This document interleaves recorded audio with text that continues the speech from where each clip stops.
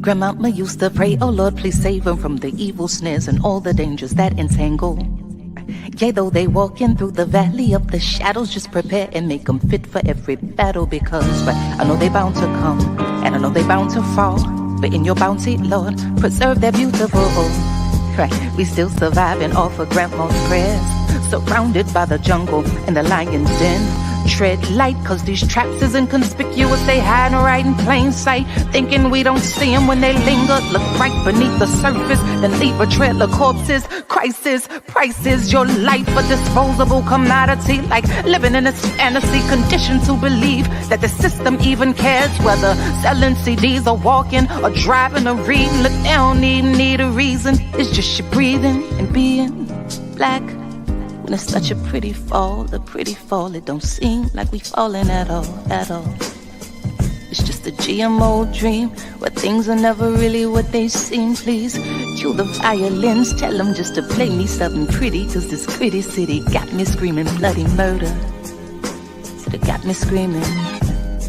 This gritty city got me on some. Look, get your hand up on my pocket. Distraction, so lazy they use the same tactics. Like condom with some trinkets, just don't let them get to thinking. That light bulb gets a blinking. You know niggas and ideas. Oh dear, my dear, you may not know me, but I know you very well. Foresight, they say hindsight is 20/20. Well, tell me something, we gotta see that history is on repeat. And maybe it takes a beat and a melody to speak a little louder than the message in the clouds or the essence in the air. I swear, my God is just so clear that a system driven by fear can never give us nothing but more of the same things. Oh, when it's such a pretty fall, it don't seem like we falling at all. It's just a GMO dream, where things are never really what they seem. Please cue the violins, tell them just to play me something pretty, cause this gritty city got me screaming. It's murder. Got me screaming, got me. This gritty city got me on some.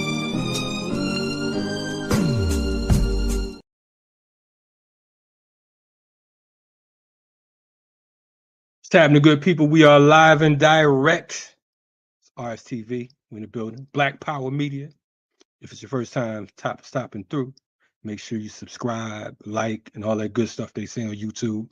Shout out to all the people out there doing that work, putting in that political work, keeping that critical political action. Salute to all the freedom fighters out there, all of those who are doing what they got to do to get by. You know what I mean? Shout out to the folks out there who decided to put together, take their things they could find around the way, like big fans, giant fans, and hand gliders and things of that nature, and decide to say that enough is enough and that we're going to bust back. We're going to take our land back, all that good stuff. Africans take note. You know, it's good time to be alive, good time to be on the planet. I am Kalonji Changa. If it's your first time meeting me, good to be here. Glad you all are here. We have a powerful show. This is RSTV. As you can see in the background, you're probably like, well, what is that in the background? What is all this going on? You have this book, powerful book, just happened to run across. Matter of fact, it's being released today. Matter of fact, when you see this, you can actually go order. It's called It's Not You, It's Capitalism, Why It's Time to Break Up and How to Move On, by one of my favorite new authors, Malaika Jabali. I'm probably jacking her name up. She'll correct me in a few ticks. Don't even trip about it. Real powerful book. And I already got my copy because I got a little bit of juice somewhere. You know what I mean? They say, yo, make sure the brother gets his copy, because that's what they supposed to do around here. You know, we get all the new music, all the new books, we get all the new freedom fighters. It is what it is. How we do this around here. Don't hate. Anyway, go get your copy of this particular book. Very important piece. And I'm not going to run my mouth too much. I'm going to bring Sister Malaika on, and she's going to talk about why she stopped through here to hang out with the guard. Duh. Anyway, what's happening? How you doing? How you doing? Yo, that first of all, that intro music is everything. I need that to just run on through. We can roll that all the way out. Yes, that is my sister Sonny Patterson. Shout out to Sonny Patterson, one of the dopest poets, the poet laureate for our generation. Y'all know about Sonny Patterson. Y'all need to tap in, get a late pass. But yes, that is Sonny.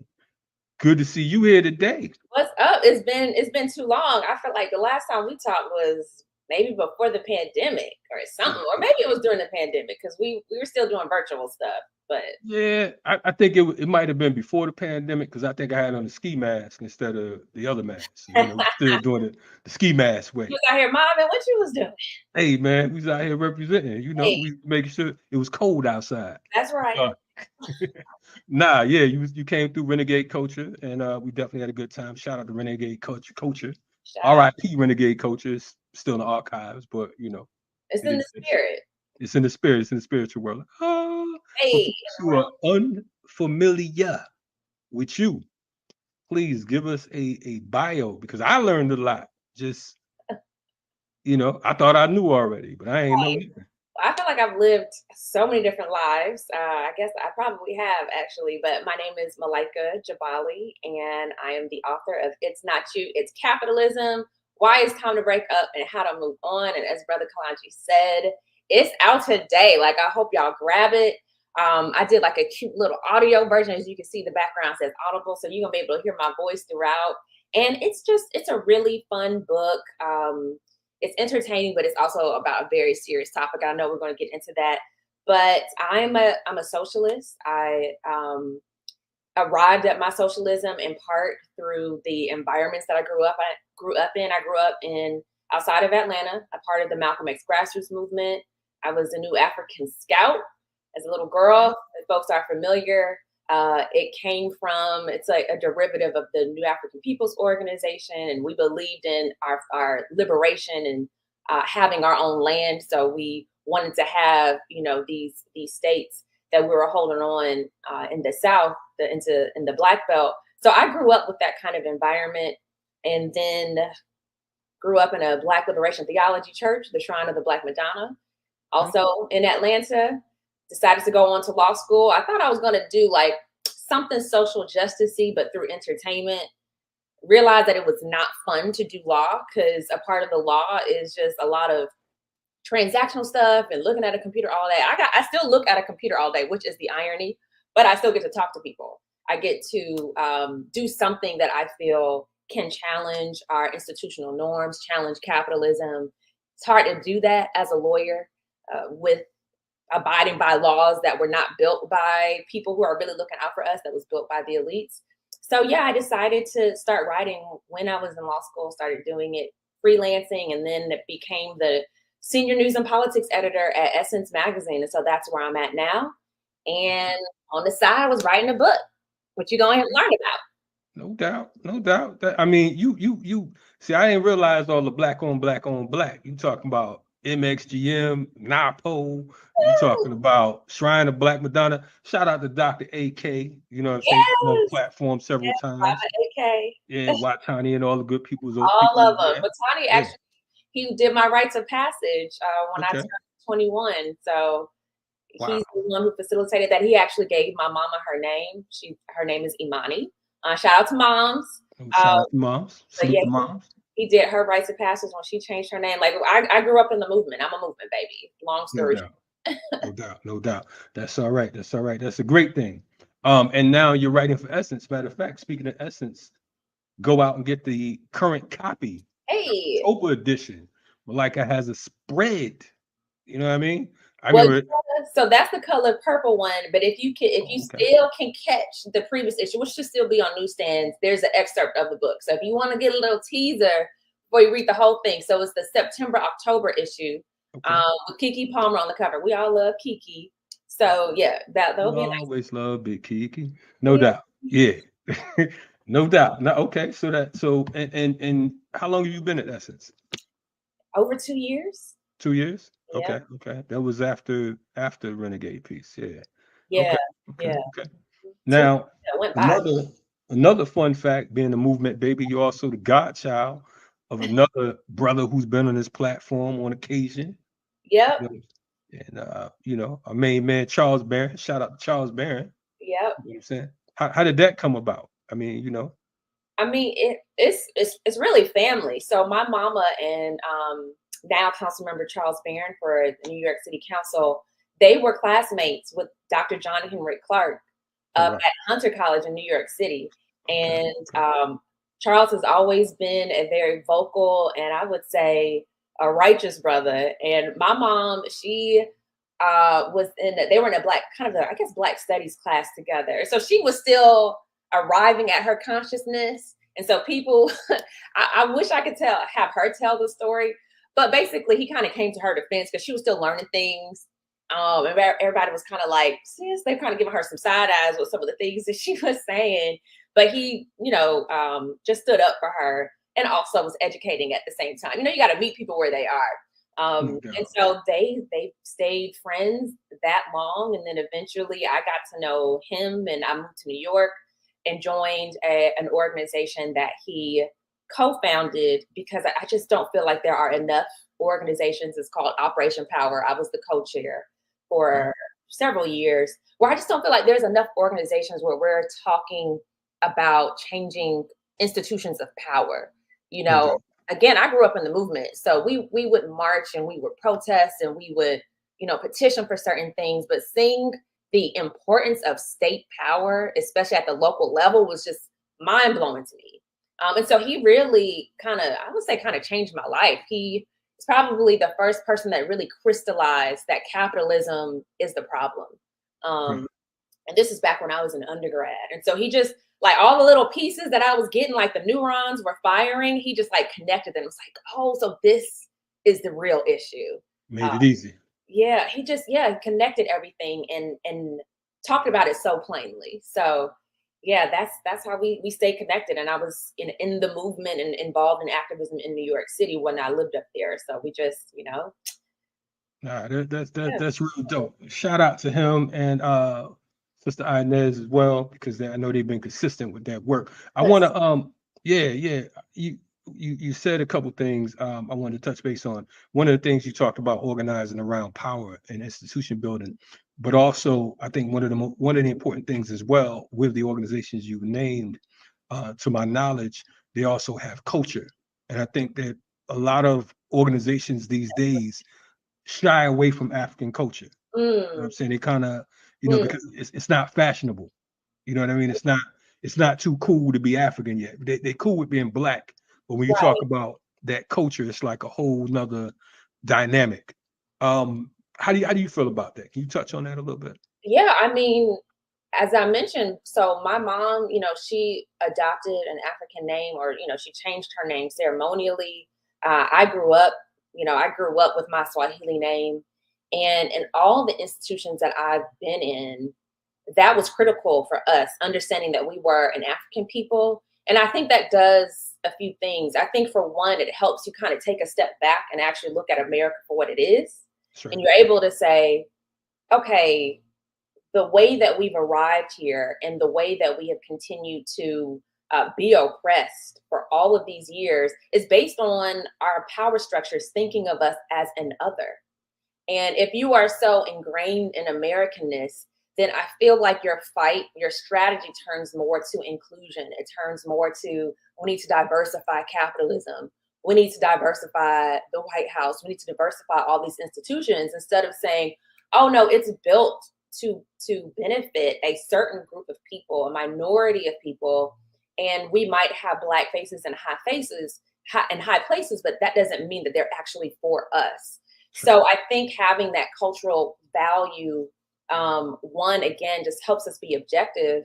And I think, secondly, it just reminds us that we have a history, that we have roots somewhere, and that we have, I think, a value system that opposes the Western values that have been ingrained in America, that kind of individualism, that sort of, you got to pull yourself up by your bootstraps. Like that's a cultural norm that's also passed down through policy, through certain legal decisions in courts.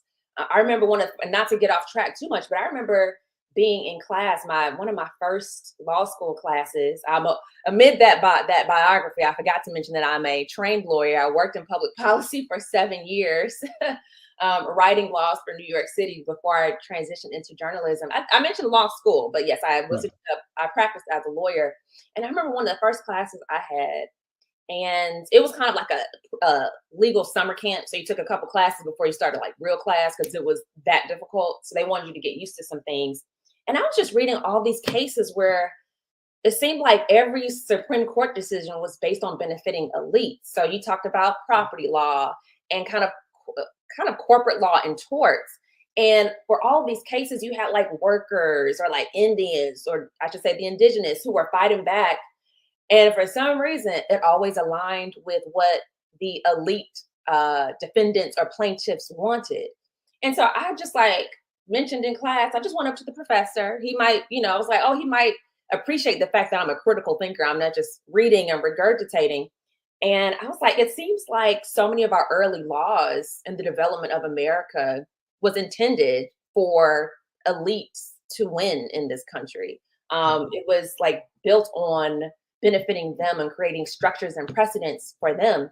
When I tell you this man the next day, he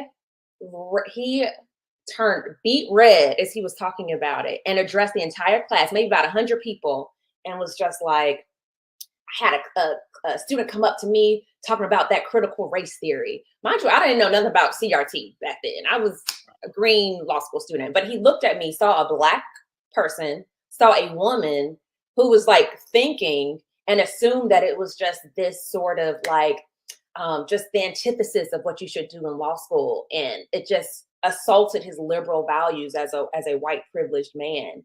I was so turned off from that. But anyway, just to say, like, these are the things that are embedded in our institutions. Absolutely. Yeah. Nah, and I'm glad that you pointed it out because, key word embedded. Because I think that folks think that it's just, happenstance, or that, it's not really not, we can change it and all we have to do, like you said, the whole bootstrap situation. And it's furthest from the truth. I think that capitalism, as Kwame Tori would talk about, capitalism is confusing. And it is even when it tells the truth, it's a result of a double lie.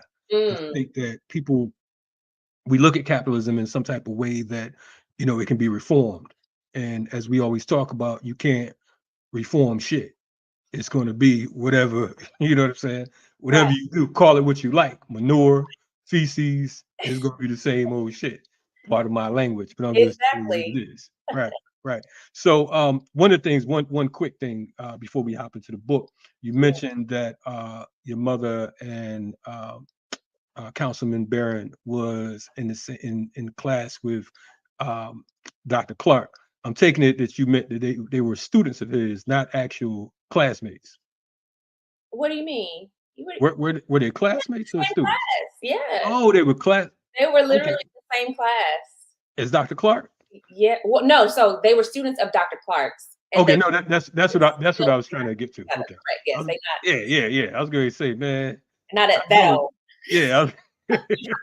It's like, it's not, the math isn't mathing right now. Yeah. I'm like, I mean, I knew Dr. Clark and I know Councilman Barron. I'm like, there's a few.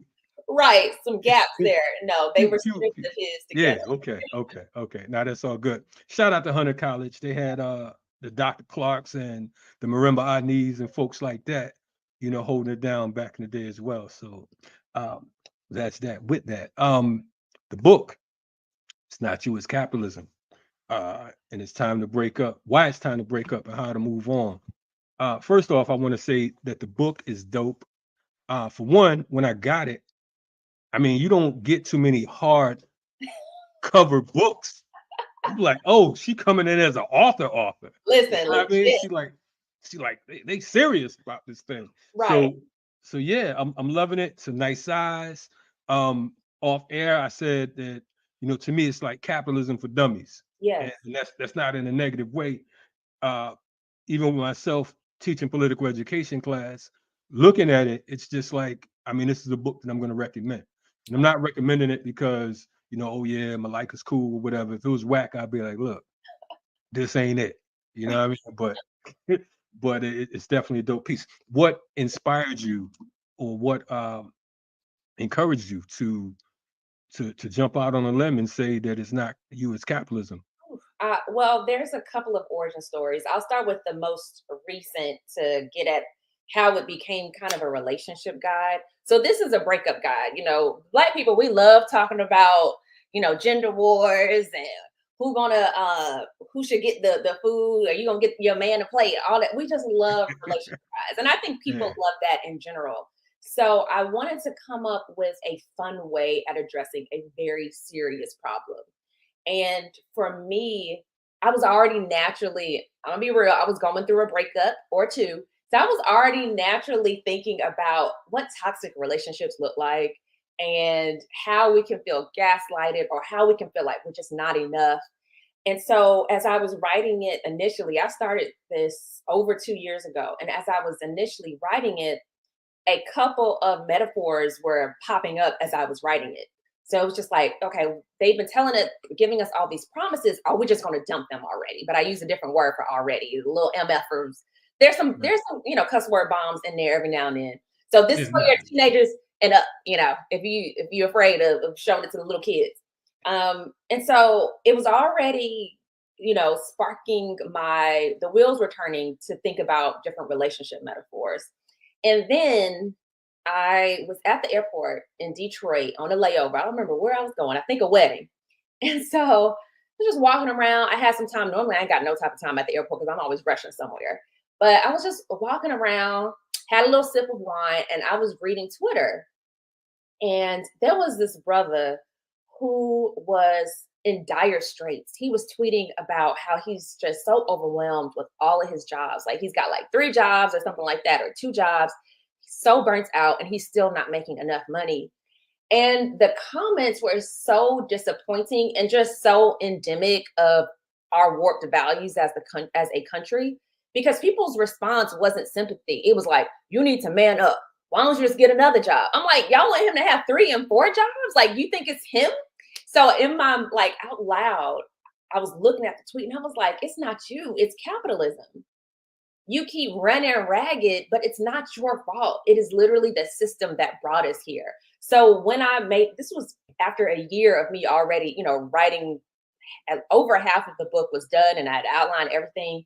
And so it just crystallized where I said, this should be a relationship book, but something that focuses on the various ills of capitalism through the eyes of what a bad relationship looks like.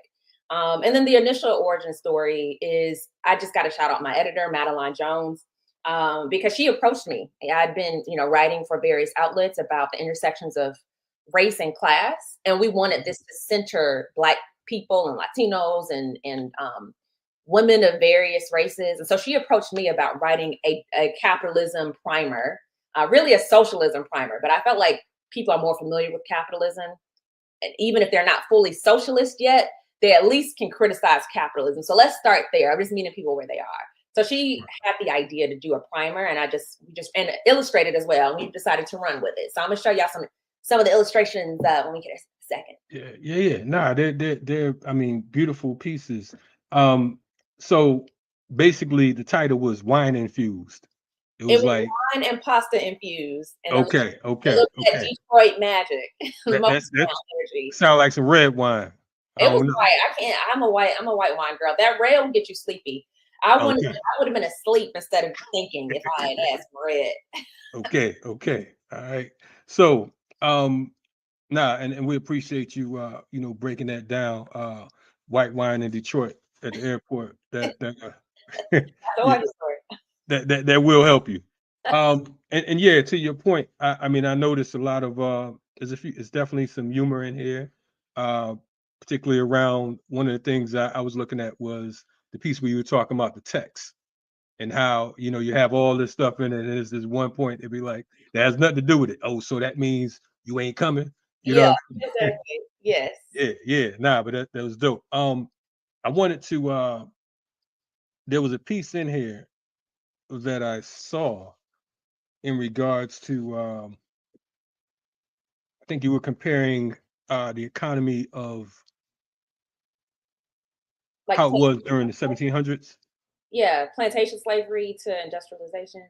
Yeah, not that part, but it was a piece on, I think it was page 7. You was talking about in the 1700s when the U.S. had an economy built on the labor of literal enslaved people who had no income. Income equality then was still not as bad as it is today. So I Yes. kind of wanted to get your get an understanding of what you meant. Yes. So basically to say that there are more wealth disparities now just based on the research that researchers have done, because even though a lot of people were obviously doing terribly during that period, during the time of enslavement, you still had a lot of poor whites, you still had a lot of, immigrants who weren't doing well.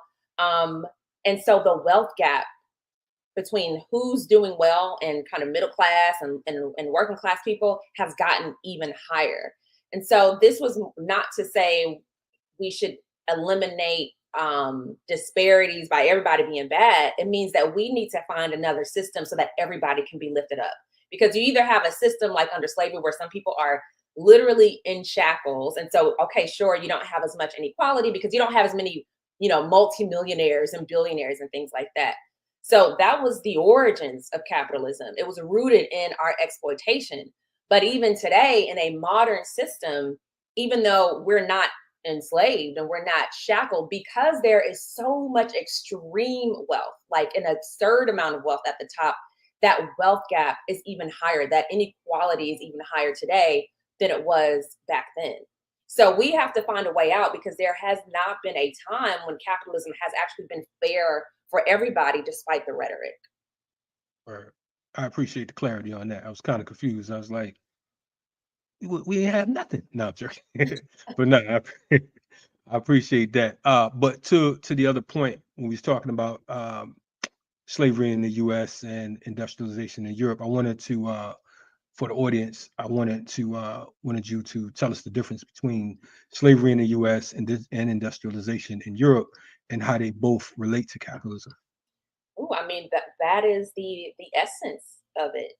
In order for it's really a relationship. So there's more of a comparison than something to contrast, because in order for Europe to be industrialized, they needed the raw goods that our ancestors cultivated. They needed the cotton, they needed the rum, I should say the sugar, they needed the tobacco, and all of that. I mean, I feel like everybody, your audience, would know this. So I don't need to go through the whole breakdown, but I do have an image of the Middle Passage in here, and I should say the triangular trade in terms of what was being traded throughout the Atlantic Ocean during that period.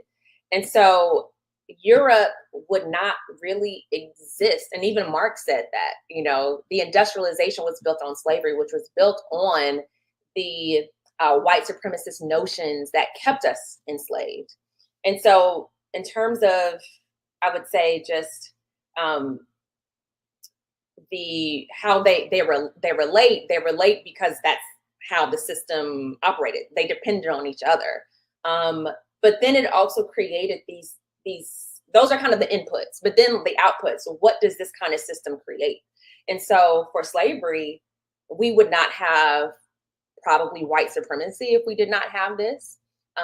We probably wouldn't have had colonialism, which then went on and exploited our people further in the continent without it. So, they're essentially cousins, and slavery was a precursor to the industrialization that popped up in Europe. And there's a lot of different directions we can go in that, but you just wouldn't have had one without the other. No doubt, no doubt. You mentioned Marx. We know that one of the things you spoke about in the book was Du Bois, his criticism towards Marx and Engels. What would you say was his major criticisms, and how did he look at these contradictions? Yeah, race.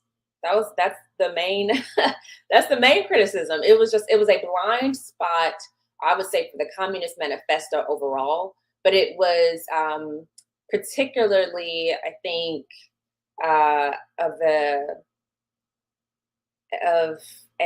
blindness for Engels, but not so, not much so for Marx. So Marx is the one who acknowledged, hey, we have industrialization through this kind of exploitation of slave labor, of Negro labor.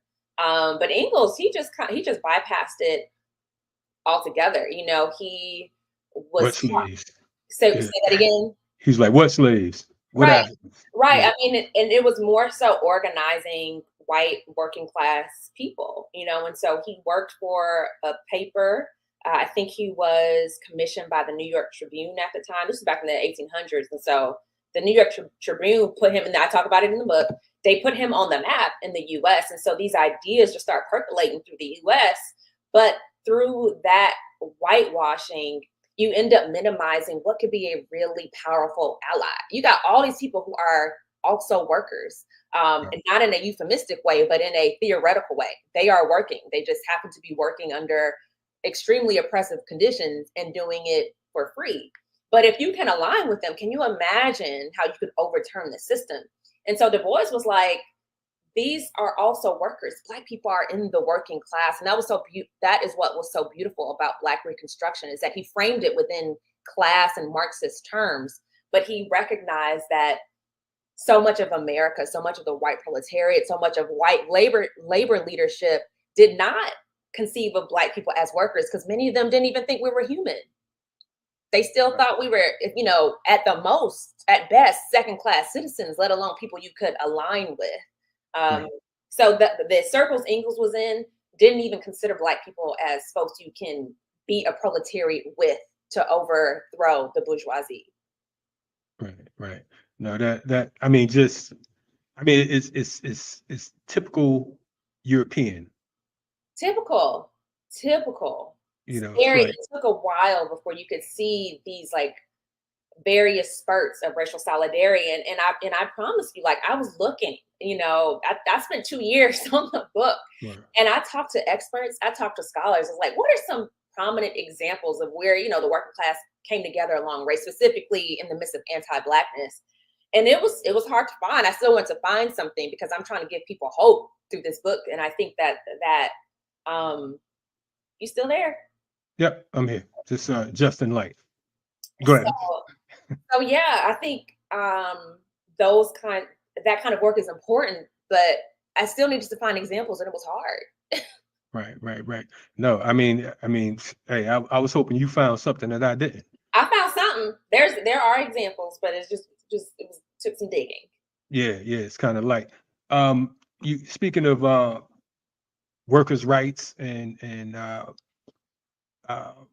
that whole piece. When we're talking about Marx, Engels, we can't. One of the things you touched on in the book as well was the whole 1863 New York City race massacre, and I think that that's something that's overlooked and undermentioned, and I think it's purposefully. So, for our audience, do you mind, jumping into that and telling folks about this whole 1863 New York City race massacre, because it's a very important, crucial time. We often hear about the South and all the racism in the South, and it's looked like, New York was the place to go and the place to be, so on and so forth. So, touch on that if you don't mind. We know you got down in the book. Yeah, that's a key example of exactly what I'm talking about, where you had so much potential for white workers and people who were still arriving at their whiteness. So you had Irish immigrants, you had people from Eastern Europe who were coming over and weren't yet fully considered white.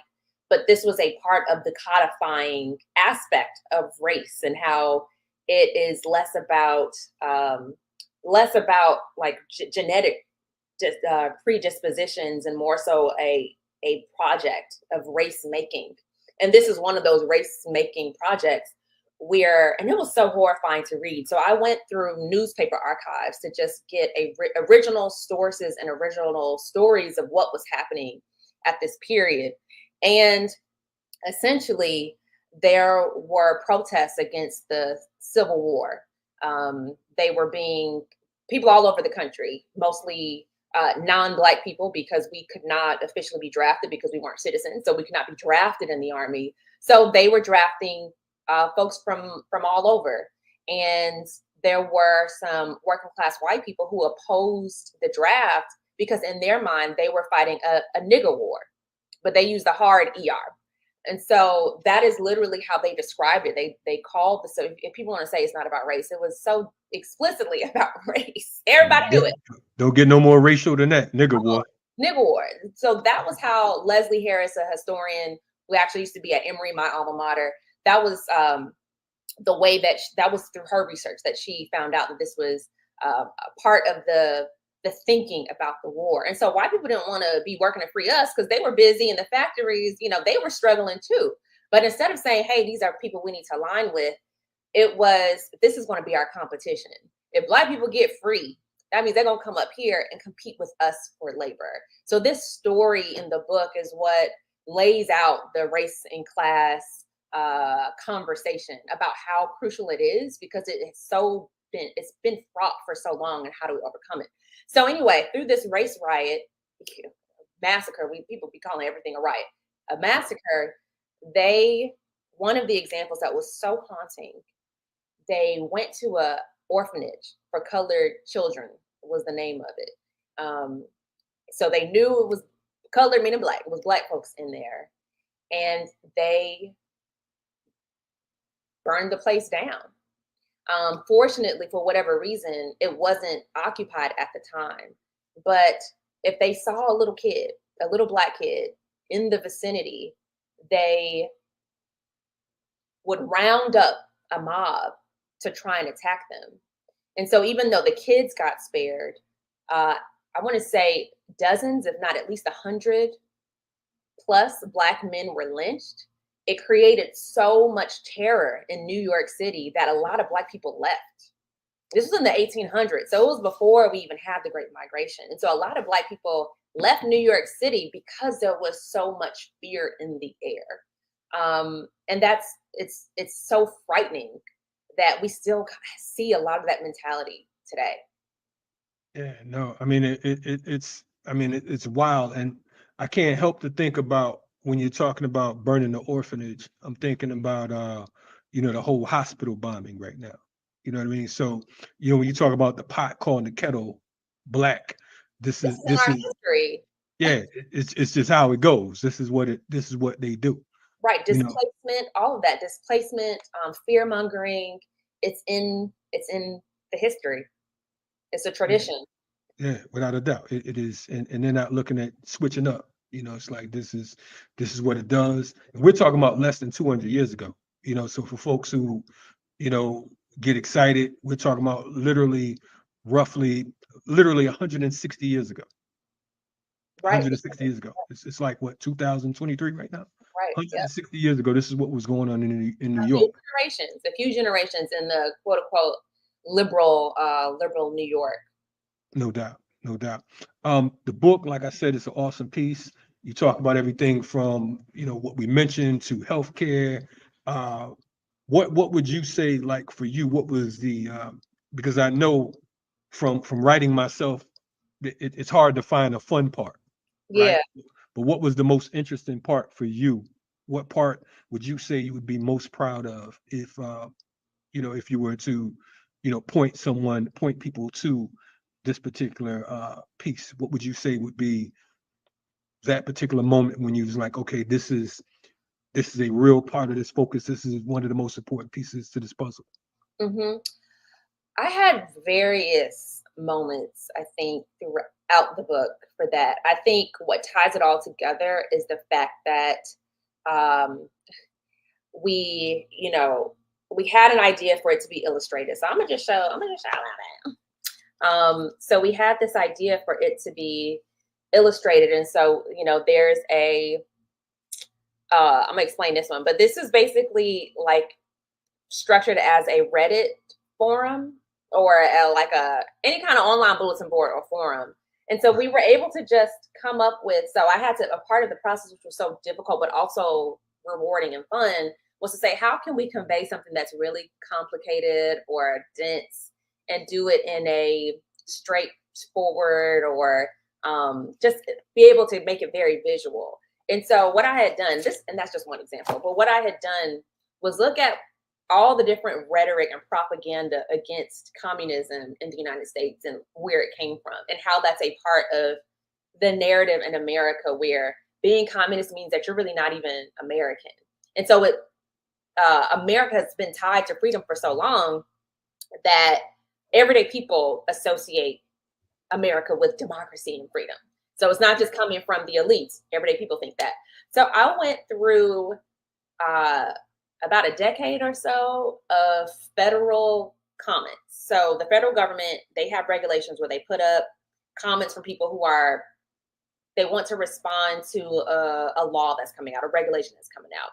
So I just compiled a list of the most unhinged ones where people are just like, oh my God, this is such a communist country. Everything's so terrible. Do you think this is a Russian gulag? And it was about somebody protesting a seatbelt. So if you just not Google, but if you go to the Federal Registry and you look at all the various, commentary against communism, it's like stuff like that. People protesting not being able to online gamble.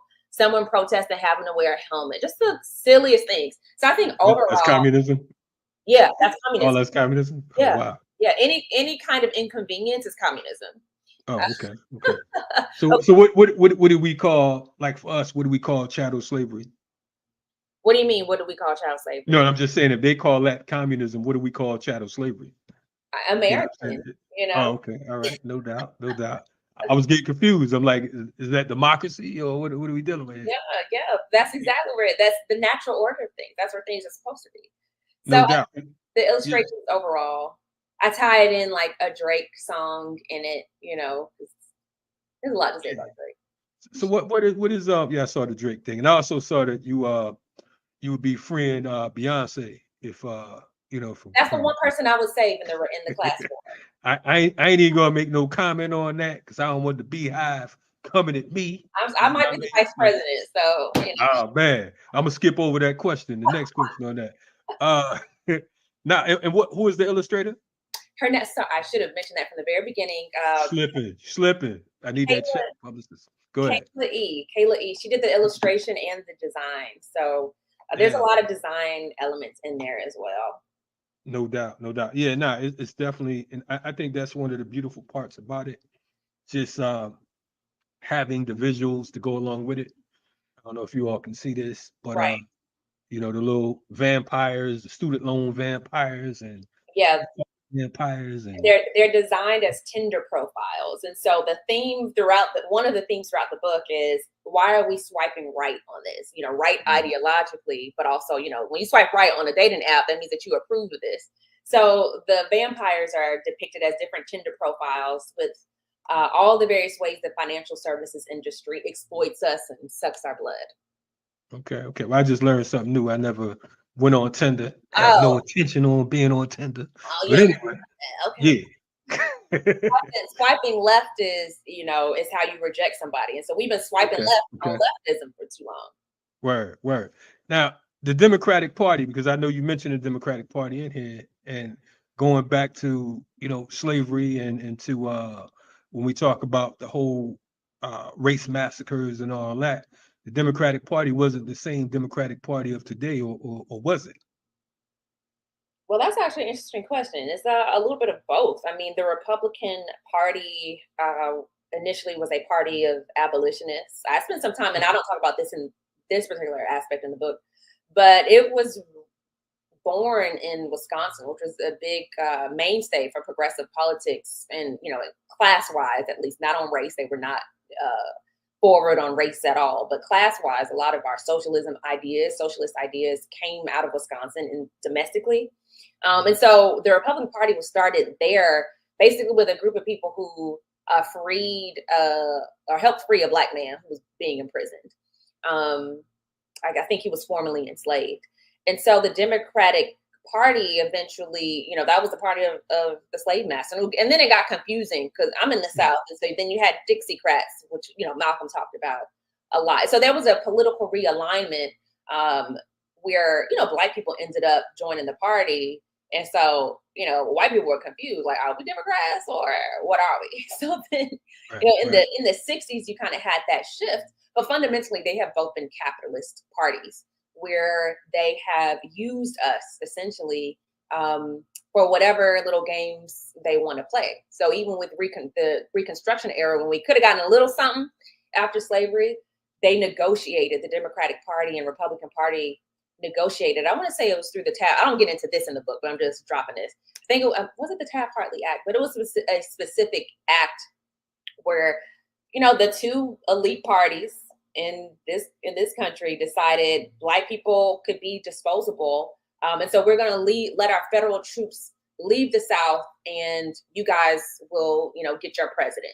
So that was kind of essentially how it works. So they've all been aligned in some type of way. Now, to this day, they're still aligned in some type of way. So that's a whole another day, story, topic, so on and so forth. I want to remind folks that they need to go get this book, not now, but right now. The website is scrolling across the bottom of the piece. We will have some special codes in the liner notes when you check in, when you tap in. We'll have some codes for you to purchase this book. It's out. Today's the first day it's been released. It's a brand new piece. We're looking forward to seeing it as a New York Times bestseller. But more importantly, right now, it's a Black Power Media bestseller. Hey. So make sure you scoop it up. You know what I mean? Malaika's going to be on a world tour. I've seen some dates. She's all over the place. Japan, Europe. I don't know if she's there yet. But at least one DC, day. Georgia. Yeah. Okay. No doubt. Yes. And if you go to the website, you'll see the events that I've got coming up. So those are the official book tours. And I might as well let y'all know this Friday, if you're in New York City, I'm going to be talking in conversation with Amazon Labor Union President, the first Amazon union in the world, Chris Smalls. He's their president.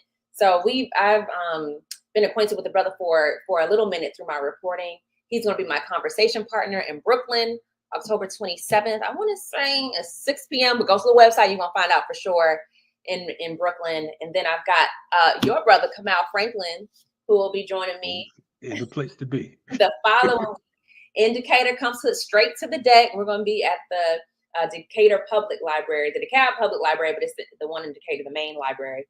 So we'll be in conversation, and then I'm going to be talking with Brianna Joy Gray, who's a political correspondent. That will be my DC partner, and you can get those dates RSVP at the website.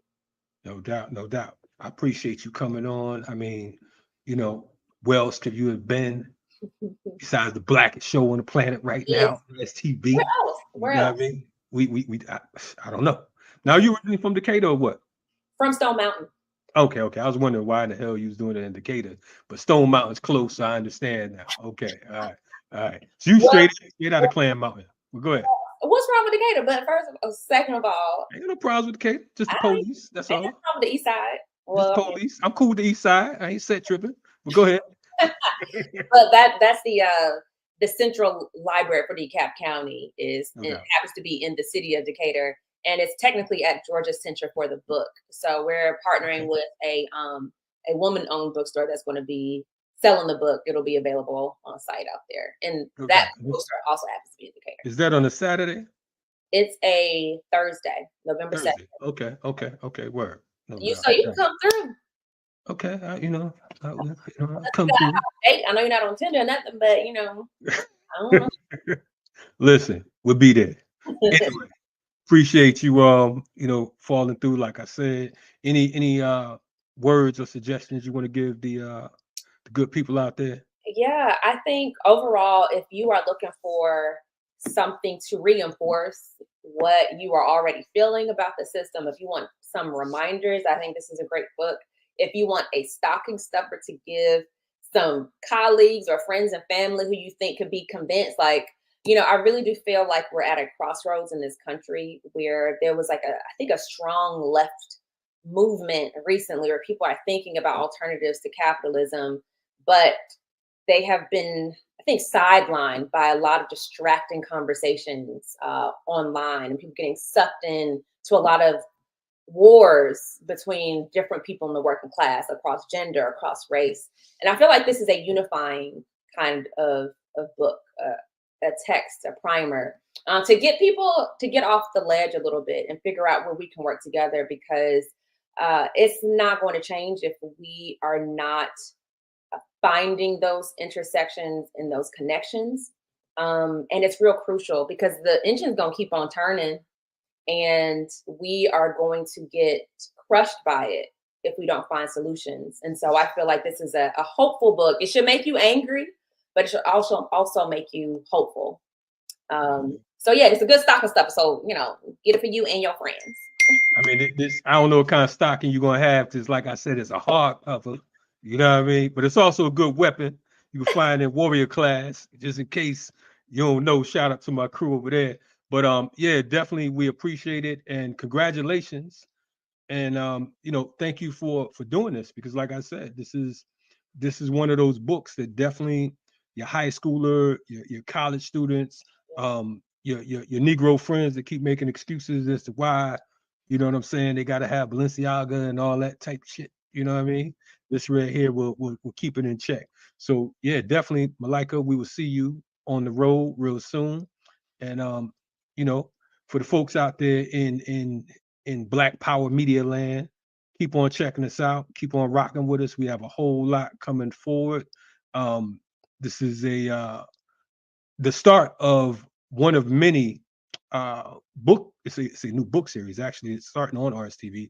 This is actually the first piece. We'll have a few more authors coming up for you to check out. But we want to keep pointing you in the right direction because we think it's very necessary. Stay tuned to RSTV.